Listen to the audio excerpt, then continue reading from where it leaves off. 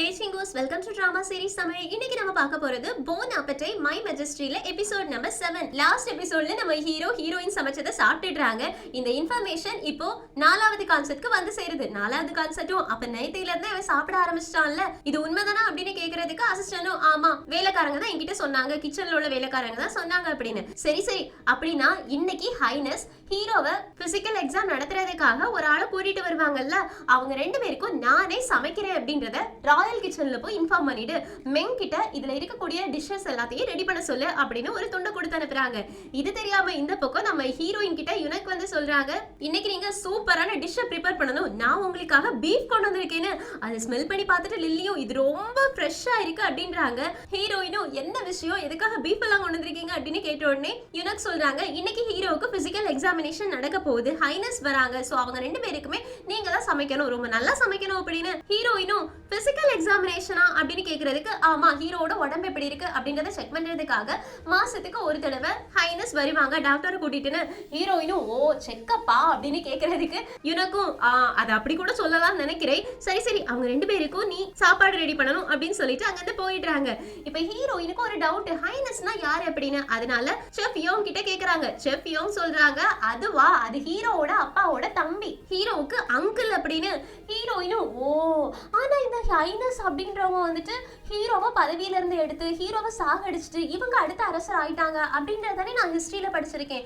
ஆனா இவங்க 2 பேரும் சொந்தக்காரங்களா இருக்காங்களே, அப்புறம் எப்படி இதெல்லாம் நடந்திருக்கும், எனக்கு ஒரே கன்ஃபியூஷனா இருக்குப்பா அப்படின்ற மாதிரி யோசிக்கிறாங்க. சோ இதுல இருந்து என்ன தெரியுது, ஹைனஸ் ஹீரோவை கொலை பண்ணிட்டு அந்த இடத்துக்கு வரணும்னு ஆசைப்பட்டான், அது எதிர்காலத்துல நிறைவேறி இருந்திருக்கு, அது இப்ப என்ன போகுது அப்படின்றது நம்ம ஹீரோயினோட கையில தான் இருக்கு. சரி இப்ப நம்ம என்ன சமைக்கலாம் அப்படின்றத முடிவு பண்றதுக்காக ஒரு மீட்டிங் நடத்த போறோம், வாங்க போலான்னு. எல்லாரும் மீட்டிங்கா அப்படின்னா என்னன்னு கேக்குறதுக்கு லில்லியும் பேசுறதுக்காக போகலான்னு ஹீரோயின் கூப்பிடுறா, வாங்க அப்படின்னு சொல்லிட்டு மீட்டிங்கு கிளம்ப போக இருக்காங்களா.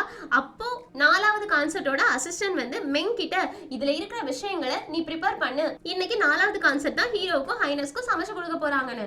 மெங்கும் அதை பார்த்துட்டு இதுக்கு 2 ஹென் தேவைப்படுமே அப்படின்ற மாதிரி யோசிக்கிறாங்க, சேவல் தேவைப்படுமே அப்படின்னு. இந்த பக்கம் நம்ம ஹீரோயின் டெல்லி கிட்ட சொல்லி ஃபுட் எப்படி இருக்கணும் அப்படின்றத ஒரு பேப்பர்ல டயக்ராமா வரைஞ்சு அதை காமிக்கலாம் அப்படின்னு முடிவு பண்ணி வரைஞ்சிட்டு இருக்காங்க. வரைஞ்சு முடிச்சதுக்கு அப்புறமா எல்லார்கிட்டயுமே நான் இப்போ ஃபுட் எப்படி இருக்கணும் அப்படின்றத சொல்ல போறேன்னு சொல்லிக்கிட்டே மெங்க தேடுறாங்க. மெங்க போயிட்டானு அசிஸ்டனும் அவன் வந்து அப்படின்னு சொல்றதுக்குள்ளாடி மெங் உள்ள வந்துடுறாங்க. ஹீரோயினும் வா உட்காரு அப்படின்றாங்களா. அதுக்கு மெங்கும் இல்ல 4வது கான்செப்ட் இன்னைக்கு ஃபுட்டை என்ன ப்ரிப்பேர் பண்ண சொல்லியிருக்காங்க, அதனால நான் அதை ப்ரிப்பேர் பண்றதுக்காக போக போறேன்னு. ஹீரோயினும் ஆனா எனக்கு எந்த ஒரு இன்ஸ்ட்ரக்ஷனுமே வரவே இல்லையேன்னு யோம் சொல்றாங்க. ஆமா ஹீரோ நம்ம கிட்ட எதுவுமே சொல்லலையே, யுனக்குமே எதுவுமே சொல்லலையே அப்படின்னு கேக்குறதுக்கு மெங்கும் எனக்கு தெரியாது, 4வது கான்செப்ட் கிட்ட இருந்து எனக்கு ஆர்டர் வந்திருக்கு, அதனால இன்னைக்குள்ள ஃபுட்டை நான் ப்ரிப்பேர் பண்ணி ஆகணும், அதனால நீங்க என்ன பண்ணணுமோ பண்ணிக்கோங்க அப்படின்னு சொல்றாங்களா. ஹீரோயினும் எனக்கு எந்த ஆர்டரும் வரல, அதனால நான் இன்னைக்கு என்ன ப்ரிப்பேர் பண்ண போறேன் அப்படின்னு நினைச்சேனோ அதை ப்ரிப்பேர் பண்ணி தான் ஆகுவேன்னு சொல்லிடுறாங்க. லில்லியும் ஆமா ஹீரோ அதுக்கப்புறமா என்கிட்ட வந்து நான் உங்ககிட்ட செய்யக்கூடாதுன்னு சொன்னேனா, நீங்க ஏன் செய்யல, உங்க தலையா எடுத்துருவேன் அப்படின்னு சொல்லிட்டா என்ன பண்றது, அதனால நீங்க உங்க வேலையை பாருங்க, நாங்க எங்க வேலையை பாக்குறோம், 2 பேருமே சமைக்கலாம் அப்படின்னு சொல்றாங்க. சோ மெங்கோ அவங்களோட அசிஸ்டன்ட் அங்க இருந்து போயிடுறாங்க. நம்ம ஹீரோயின் லில்லி கூட சேர்ந்து இயோமுக்கு அவங்க என்ன ஃபுட் செய்ய போறாங்க அப்படின்றத எக்ஸ்பிளைன் பண்றாங்க. நம்ம இன்னைக்கு கட்லெட் தான் செய்ய போறோம்னு. கட்டு லட்டா அது எப்படி செய்யணும் அப்படின்னு கேட்க ஹீரோயினும் நான் உங்களுக்கு சொல்லி தரேன் அப்படின்னு பீஃபை நல்லா அடிச்சே பதமா ஆக்குறாங்க. அதுக்கப்புறமா பிரெட் கிரம்ஸ் இருக்கும்ல, அதுக்காக மீனோட செல்களை காய வச்சு எடுத்திருப்பாங்கல்ல, அதை கொஞ்சமா போட்டு என்னெல்லாமோ பண்ணி எண்ணெயில பொரிச்சு அழகா ரெடி பண்றாங்க. அதை பார்க்கும்போதே லில்லியோட மூக்கெல்லாம் அரிக்க ஆரம்பிச்சிருச்சு, எவ்வளோ நல்லா இருக்கு அப்படின்ற மாதிரி சொல்றாங்க. அதுக்கப்புறமா கூடவே ஹீரோயின் டிப்பிங்காக ஜாமுமே ப்ரிப்பேர் பண்றாங்க. இப்போ பிளேட்டிங்கும் பண்ணி வச்சாச்சு, இனி இந்த பிளேட்ல இருக்கக்கூடிய கட்லெட்டை கட் பண்றதுக்காக கத்தி பக்கத்துல வைக்கணும் அப்படின்னு சொல்றாங்களா. இயோமும் இல்ல ஹீரோ பக்கத்துல எல்லாம் நம்ம கத்தி கொண்டு போறதுக்கு நமக்கு பெர்மிஷனே கிடையாதுன்னு. ஹீரோயினும் அப்படின்னா வெட்டி வச்சிட வேண்டியதான் அப்படின்னு வெட்டிட்டு இருக்கும் போதே மெங்க இருக்காங்கல்ல, அவங்க செஞ்ச சாப்பாடை கொண்டு வந்து வைக்கிறாங்க. 2 பேருமே ஒருத்தர் பாத்துக்கிறாங்க, ஆனா எதுவுமே சொல்லிக்கல. அந்த நேரத்துல 4வது கான்செப்ட் அங்க வரா. மெங் நான் சொன்னதை நீங்க பண்ணி முடிச்சிட்டீங்களா அப்படின்னு கேக்குறதுக்கு ஆமான்னு மெங் சொல்லிட்டு டேஸ்ட் பாக்குறதுக்கு எடுத்து கொடுக்கறாங்க.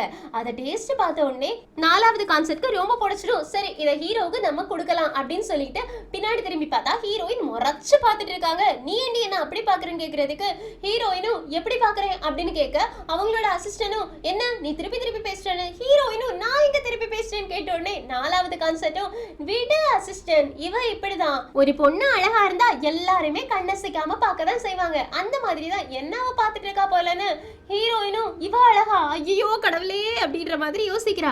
அதுக்கப்புறமா சரி நான் கிளம்புறேன் அப்படின்னு சொல்லிட்டு திரும்பும் போது வேணும்னே அவளோட ட்ரெஸ்ஸால ஹீரோயினோட டிஷ்ஷை கீழே தள்ளி விட்டுடுறா. அதுக்கப்புறமா ஐயோ இங்க இடம் ரொம்ப கம்மியா இருந்துச்சா அதனாலதான் இது கீழே விழுந்துருச்சு அப்படின்னு அங்கிருந்து போயிடுறாளா. ஹீரோயினும் இந்த சூனியக்காரி வேணும்னே இந்த மாதிரி சூன்யம் வச்சுட்டு போறா. ஐயோ நான் கஷ்டப்பட்டு பிளேட்டிங் அரேஞ்ச் பண்ணேனே இப்ப திரும்பவும் அரேஞ்ச் பண்ணணுமே அப்படின்னு கொடுன்னு பிளேட்டிங்க அரேஞ்ச் பண்றாங்க.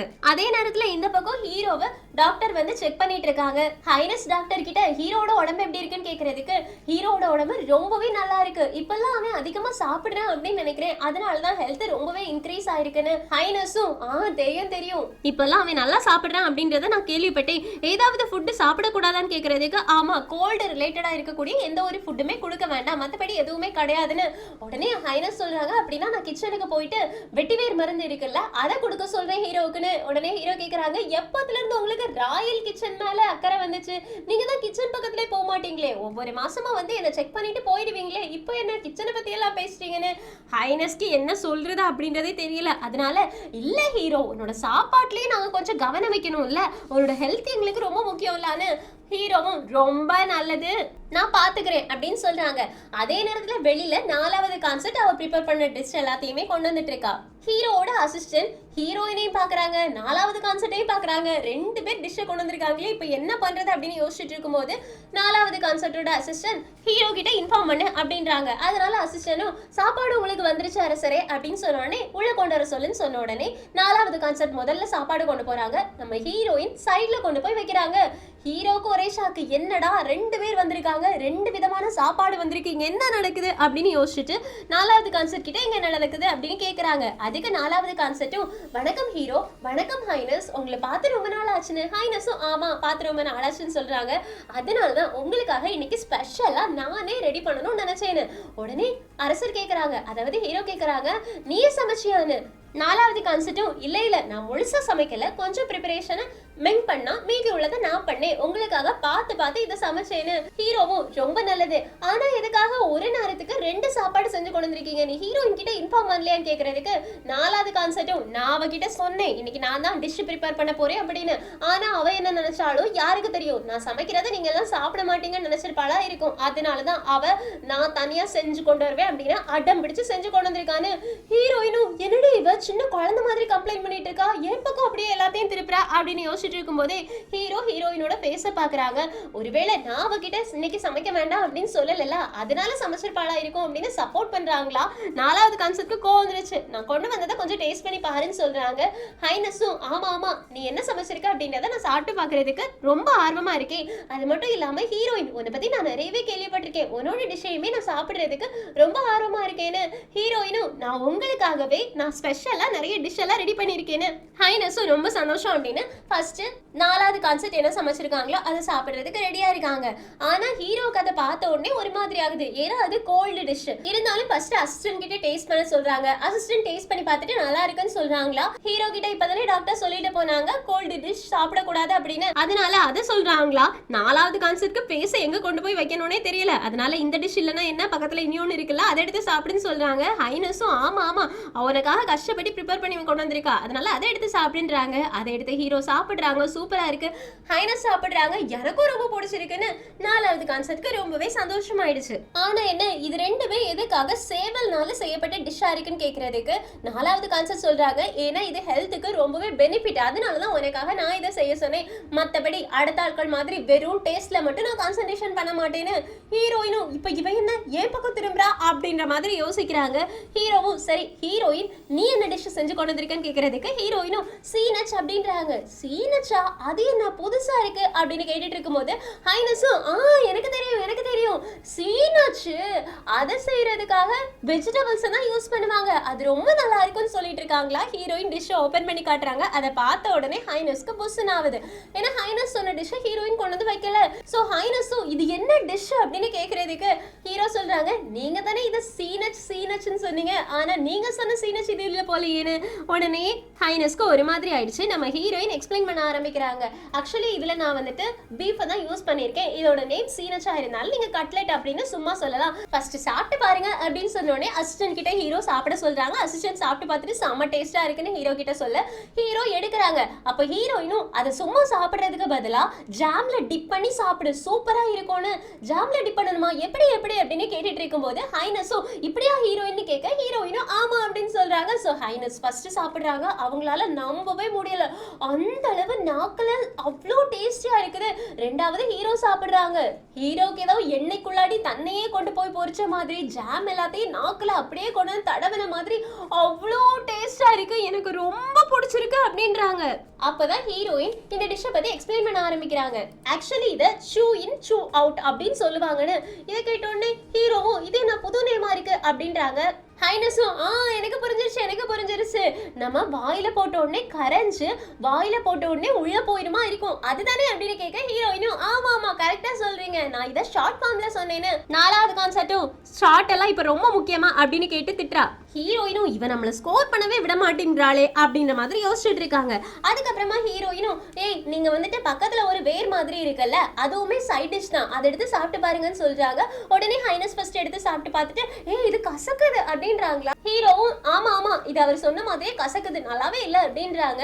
ஹீரோயினும் அந்த மாதிரி கிடையாது, ஆக்சுவலி இது ஒரு வேர்ல இருந்து செஞ்ச டிஷ், இது கசப்பா இருந்தா கூட உங்களோட வயிற்றுக்கு ரொம்பவே நல்லது, நீ 2-3 நாளா ஒழுங்கா சாப்பிடவே இல்லல்ல, இது வந்து உன்னோட கட்டை சரி பண்ணும், நீ வெளியில டேஸ்டா இல்லையே அப்படின்றத பார்க்க கூடாது, ஒரு விஷயத்த பார்த்த உடனே அது நல்லா இருக்கா நல்லா இல்லையா அப்படின்னு ஜட்ஜ் பண்ணவே கூடாது, ஏன்னா அதோட பெனிஃபிட் ரொம்ப நல்லா இருக்கும்னு. இதை கேட்டோடனே நாலாவது கான்செப்ட்க்கு என்னடி இவ என்கிட்ட வரா அப்படின்ற மாதிரி பாக்குறாங்க. ஏன்னா ஹீரோயினை பார்த்த உடனே ஜட்ஜ் பண்ணிருப்பாங்கல்ல நாலாவது கான்செப்ட், அதை வச்சுதான் சொல்றா, வெளி தோற்றத்தை வச்சு எடை போடக்கூடாது, உள்ள நல்லவங்களா இருப்பாங்க அப்படின்னு. ஹீரோவும் நீ சொன்ன விஷயத்த நான் நல்லா ஞாபகம் வச்சுக்கிறேன், இனி எதையுமே பார்த்த உடனே நான் எடை போட மாட்டேன், இது ரொம்ப டேஸ்டா இருக்கு அப்படின்னு சொல்லிட்டு நல்லா சாப்பிடுறாங்க. நாலாவது கான்செப்டும் நம்ம கொடுத்ததையும் சாப்பிடுவாங்கன்னு பார்த்தா ஹைனஸ் ஹீரோ 2 பேருமே நாலாவது கான்செப்ட் கொடுத்ததை மீதி வச்சுட்டாங்க, ஹீரோயின் கொடுத்ததை தான் ஒழுங்கா சாப்பிட்டு முடிக்கிறாங்க.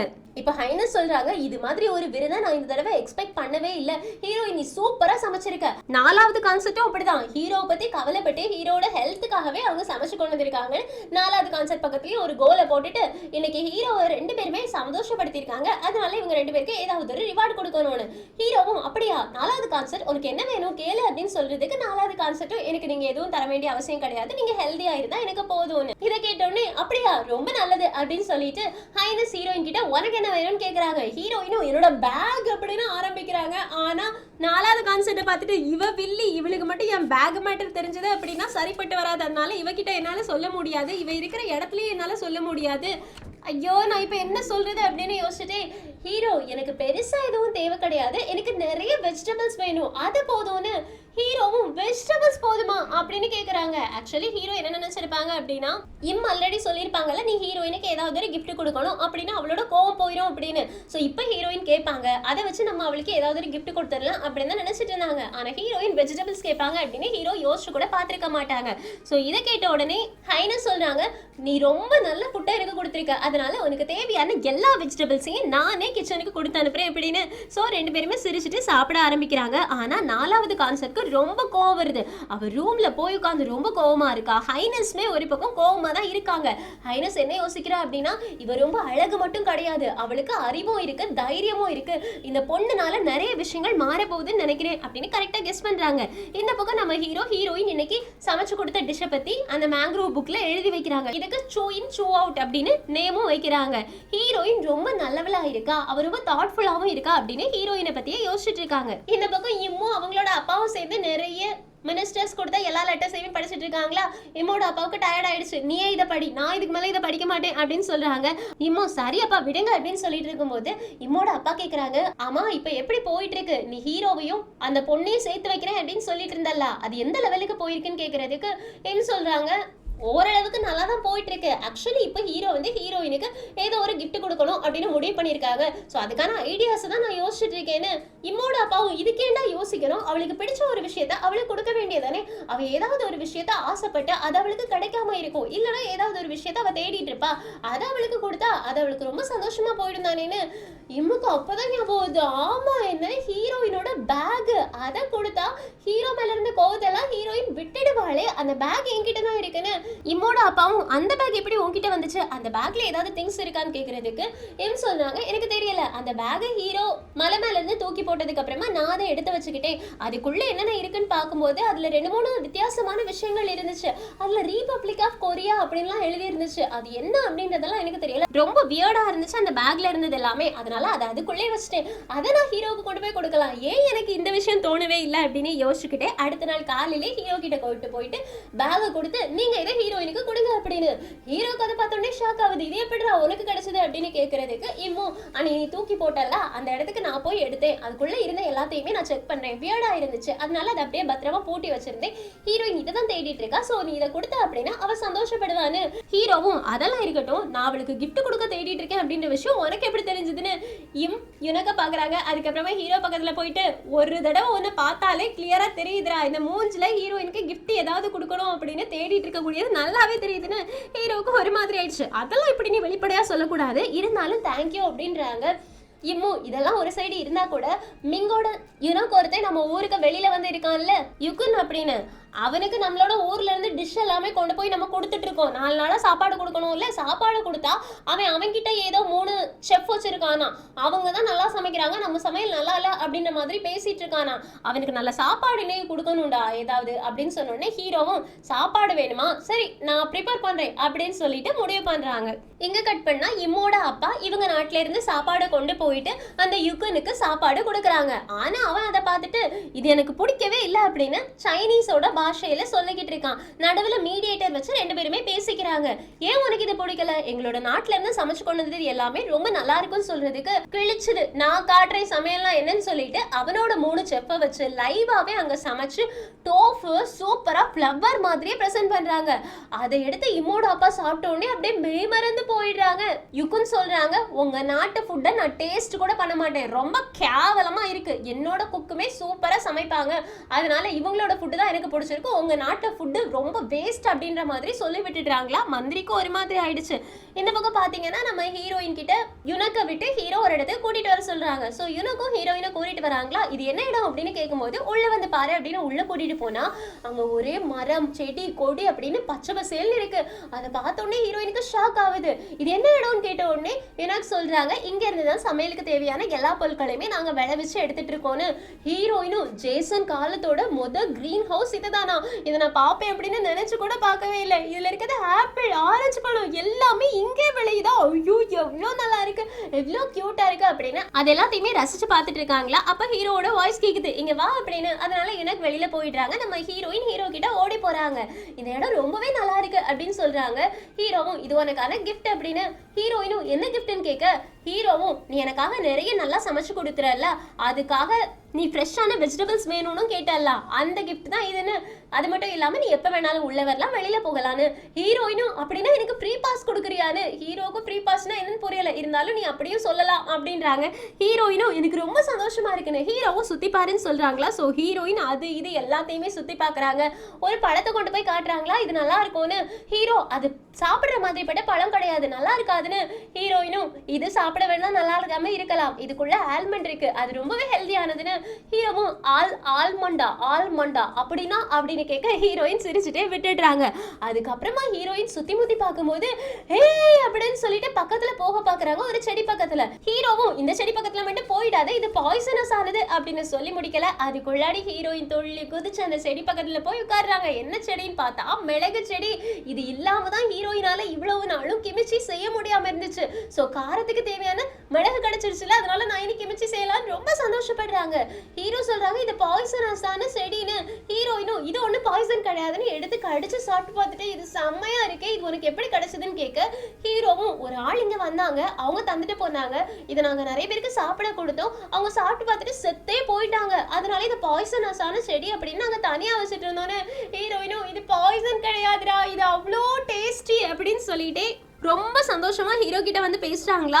ஹீரோவும் நீ ரொம்ப சந்தோஷமா இருக்கேன்னு கேட்க ஹீரோயினும் அது எப்படி சந்தோஷம் இல்லாம இருக்க முடியும், இவ்வளவு நாளும் காரத்துக்கு என்ன பண்றதுன்னு யோசிச்சுட்டு இருந்தேன், இப்போ முழு சில்லியே எனக்கு கிடைச்சிருக்குல்ல, அதனால நான் ரொம்ப சந்தோஷமா இருக்கேன்னு சொல்ல ஹீரோ உனக்கு இன்னும் ஒரு சந்தோஷம் இருக்கு அப்படின்னு சொல்லிட்டு ஒரு பண்டல கொடுக்குறாங்க. இது என்னதுன்னு கேட்கறதுக்கு நீ தேடிட்டு இருந்தது ஓபன் பண்ணி பாருன்றாங்களா. ஹீரோயினும் ஓபன் பண்ணி பாக்குறாங்க. என்னோட ஹேண்ட்பேக், எனக்கு ரொம்ப சந்தோஷமா இருக்கு, இது உனக்கு எப்படி கிடைச்சது அப்படின்னு சொல்லிட்டு தேங்க்யூ சொல்லி ஹக் பண்ணிக்கிறாங்க. ஹீரோவுக்கு ஒரு மாதிரி ஆயிடுச்சு. இதை எப்படி கண்டுபிடிச்சான்னு கேட்ட உடனே நான் தான் சொன்னேன்ல கண்டுபிடிச்சு கொண்டு வருவேன், அதுக்காக தான் கொண்டு வந்தேன். உனக்கு நீ என் மேல கோவம் இல்லையே, அன்னைக்கு நடந்த விஷயத்த வச்சு உனக்கு ஒன்றும் கோவம் இல்லையே, என்னை மன்னிச்சிரு அப்படின்றாங்களா. ஹீரோயினுக்கு செம்ம ஷாக் ஆகுது. நீ என்கிட்ட மன்னிப்பு கேட்கிறியான்னு. ஹீரோவும் ஆமா, அது மட்டும் இல்லாம இது உனக்கான கிஃப்ட், எதுக்காகனா அப்படின்னு ஆரம்பிக்கிறாங்க. ஹீரோயினும் எதுக்காக அப்படின்னு கேட்க ஹீரோயினோட பக்கத்துல வராங்க. நம்ம ஹீரோயினும் ஐயோ போச்சு, இவனுக்கு என் மேல ஏதாவது ஃபீலிங்ஸ் வந்துடுச்சா என்ன அப்படின்னு யோசிச்சுட்டு இருக்கும் போதே ஹீரோ மனசுல யோசிக்கிறாங்க, ஏன்னா இப்பத்துல இருந்து நான் ஒன்னும் ஒரு பொண்ணா பார்க்க ஆரம்பிச்சிட்டேன், இதை எப்படி உங்ககிட்ட சொல்றது அப்படின்னு வெக்கப்பட்டு தள்ளி போயிடுறாங்களா. ஹீரோயினும் நீ சொல்ல வந்ததை சொல்லவே இல்லையேன்னு. ஹீரோ சொல்றாங்க இவ்வளவு நாள இனி எனக்கு சூப்பரா சமைச்சு போட்டுட்டு இருக்கல, அதுக்கான கிஃப்ட்னு. ஹீரோயினும் அதே இதுக்காக அங்க தள்ளி போயிட்டு சொல்ற, என்ன பார்த்தே சொல்லிருக்கலாமே அப்படின்னு பக்கத்துல போக ஹீரோ பக்கத்துல வராத அப்படின்னு தள்ளி போயிட்டு இருக்காங்க. ஹீரோயினும் ஏன் அப்படின்னு கேட்டு பக்கத்துலயே போயிட்டு இருக்க. ஹீரோ விழுற மாதிரி போயிடுறாங்க. ஹீரோயினும் காப்பாத்துறதுக்காக கையை பிடிக்கிற மாதிரி போக ரெண்டு பேரும் கீழே விழுந்து ஒருத்தர் மேல ஒருத்தர் விழுந்து ரெண்டு பேருமே ரொமான்டிக்கா பாத்துட்டு இருக்காங்க. எங்க சிங்கடாவது இந்த எபிசோட் முடியுது. சோ நம்ம ஹீரோயினுக்குள்ள ரொமான்ஸ் ஸ்டார்ட் ஆயிடுச்சு. நம்ம ஹீரோயினை ஒரு பொண்ணா பார்க்க ஆரம்பிச்சிட்டாங்களாம். இதுக்கப்புறமா என்ன நடக்க போகுது அப்படின்றத அடுத்தடுத்த எபிசோட் பார்த்து தெரிஞ்சுக்கலாம். நேற்றுக்கு வீடியோ போடுறதுக்கு ரீசன் ஹாஸ்பிட்டல் போயிட்டேன், அவ்வளோ லேட் ஆகும் அப்படின்னு நினைக்கவே இல்லை, ரொம்ப லேட் ஆயிடுச்சு. காலையில் மெடிசன் சாப்பிட்டது எழும்பவே முடியலை, ரொம்ப ட்ரௌசியாக இருந்துச்சு. மதியானத்துக்கு அப்புறமா தான் எழுந்திருச்சேன், அதுக்கப்புறமா தான் வீடியோ எடிட் பண்ண முடிஞ்சது. ஸோ நாளைக்கு அடுத்த எபிசோட் வந்துடும், கரெக்டான டைமில் வந்துடும் நினைக்கிறேன். Thank you friends, take care, by.